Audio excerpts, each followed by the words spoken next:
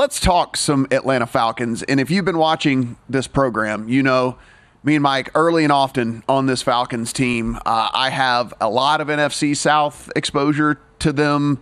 Fortunately, all plus money, because we were of the mindset that they were going to upgrade at the quarterback position no matter what. So we're able to get in when it was still really nice plus money, thinking that maybe they'd get Justin Fields, actually, Mike.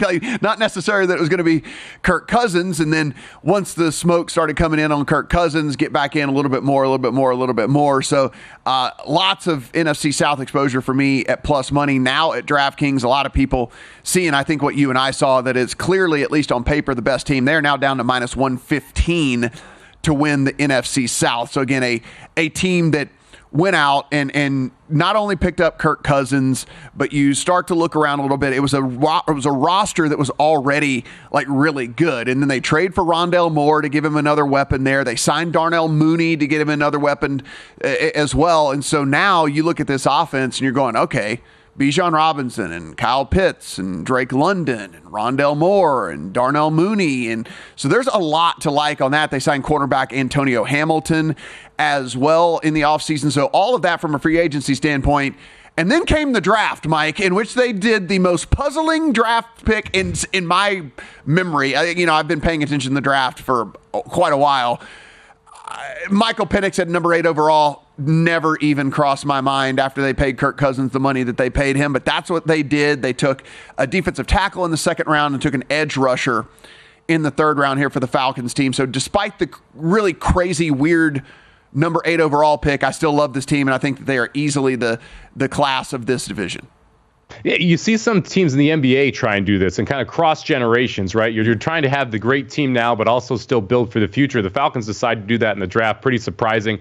You mentioned, look, I got plus money on them in the division as well. Now we're sitting at minus 115. I don't love the price from a divisional perspective here, but I do like this Falcons team quite a bit, and that was only bolstered when the schedule came out. This Falcons team has the easiest schedule on paper in the NFL, and that's if you look at win percentage last year. That's like if you look at the wins market this year. Either way, this is still the easiest schedule. You get a division where the Panthers are not going to be very good. We're going to talk about the Bucs. We're going to talk about the Saints and why we're probably down on them a little more than some people in this division as well. So that sets up well for the Falcons.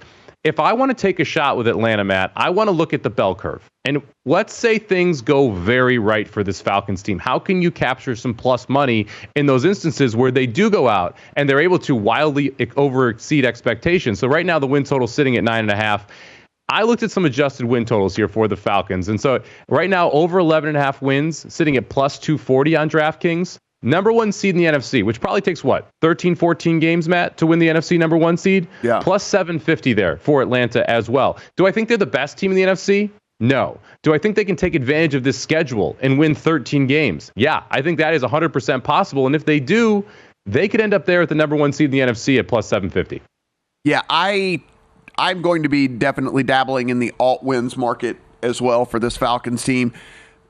So long as Kirk Cousins stays upright, you start to look what they have kind of up and down the board here, Mike. And yeah, there's maybe one weak spot on that offensive line, but pretty much across the board, you're going to have a pretty good unit so long as they stay healthy. We talked about the playmakers already. You've got Drake London, you got Kyle Pitts, you got Bijan Robinson. You go out and get a wide receiver 2 and a slot receiver in Mooney and Moore. So really nothing more you could ask for on the offensive side of the ball. And then you look on the defensive side, in which they played pretty good defense side. The only reason they were even in games at all last year, right, was because of this defense. And you still have the core of that defense. They go out, make a couple of acquisitions as well, and they're going to need to rush the passer at least a little bit better. But you got a pretty solid corner. You got a really good safety in Bates, passing league. So we know that's going. And Grady Jarrett on the inside. You got all these guys. It's just really hard to kind of nitpick this team specifically in this division with the competition they're going to be going up against. You mentioned Bates. I thought he was one of the best offseason signings on the defensive side of the football last year. He played phenomenal for them, should be able to continue to anchor that secondary. There just aren't a lot of holes, and they're in a division where there's a lot of holes with every other team inside that division. You'd expect they're going to be able to go 5-1 or 6-0 in division, really be able to shoot themselves up the leaderboard there. And we've talked about this in past episodes of the handle as well, Matt. This is one of those teams where I have a calendar invite after week 3. I want to know what the win total is going to be after week 3. You start out against the Steelers, which not a hard game, but not an easy game either. Then you're at the Eagles versus the Chiefs. If you're 1-2 or 0-3, which both aren't out of the realm of possibility for a team that we think can go over a 9.5 win total, what's that win total sitting at after week 3? Do you get an 8.5? Do you get a 9.5 with plus money to the over? What's the division price? Let's say that Carolina or the Saints go out and go 2-1, and all of a sudden, do you get plus money again on this Falcons team in division? I think keeping an eye after week 3 is important on these markets because of the way the schedule starts out. Yeah, you start to look at the NFC. Number 1 seed odds, 3-1 on the Niners, 5.5 to 1 on the Eagles, 6 to 1 on the Lions, Cowboys at 7 to 1. Those all make sense, right? I mean, Niners loaded, easy division. Eagles loaded. I like the Eagles. You like the Eagles. The Lions, we love the Lions. I get all that. 7.5 to 1 on the Falcons, though.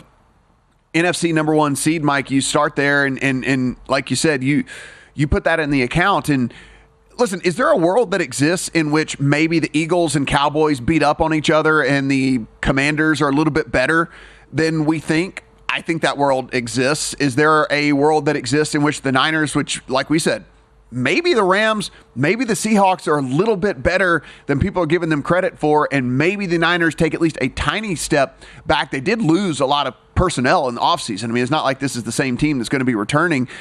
Lions will be tough. It's hard, again, to nitpick the Lions, but it is not out of the realm of possibility here at all for this Falcons team to end up the number 1 seed should they live up to the expectations that we have on them. Well, and you mentioned the Lions. I mean, you got the Packers and the Bears in that division as well, right? I mean, so that at least you have tough games inside of the division for the Lions. I think we both think they're going to be very good, but you can make some pretty good arguments as to why this Falcons team has a very real track to be able to win the NFC at that plus 750 price. And you only have to look back a couple years. I mean, the Eagles 2 years ago had a very easy schedule and were able to propel themselves to the number 1 seed. I believe they were either 10 or 11 to 1 that year to be able to get that number 1 seed in the NFC. And it was all schedule dependent. It wasn't because people going into the season thought they were going to be the best team. No, they had the weakest schedule. And this is another example where you've got a team that has a lot of talent that may not be as good as the top teams in the NFC. They're not as, on paper, they're not as good as San Francisco, as Detroit, as the Eagles. But that schedule is a huge differentiator for them here. Only 3 games that are actually tough. That's the Cowboys, that's the Eagles that we referenced, and the Chiefs. Outside of that, they should be favored every single game. Can they reel off that many games? Can they win 14 games? Who knows? If they take one of those 3, 13 or 14 games is a real possibility for a team that is really not playing that much and has the talent to win. Yeah, and you know, Kirk Cousins, this is the one that's been lingering out there for me, is putting an MVP ticket in on Kirk Cousins. It's a dome team. You go on the road, you play in the dome in New Orleans. It's Carolina, it's Tampa, like bad weather games, not really in your division. If you get the potential out of this offense, I mean, with Bijan Robinson and Pitts and London, and you add Mooney and you add Moore and all that, like, if you remember what he was doing last year, Mike, whenever he went down, that Vikings offense was rolling and putting up massive, massive numbers. I understand it's not the same thing. It's not Justin Jefferson out there, but look, Drake London's pretty good. Kyle Pitts is pretty good. You've seen flashes from Moore and from Mooney, and maybe a change of scenery good for them.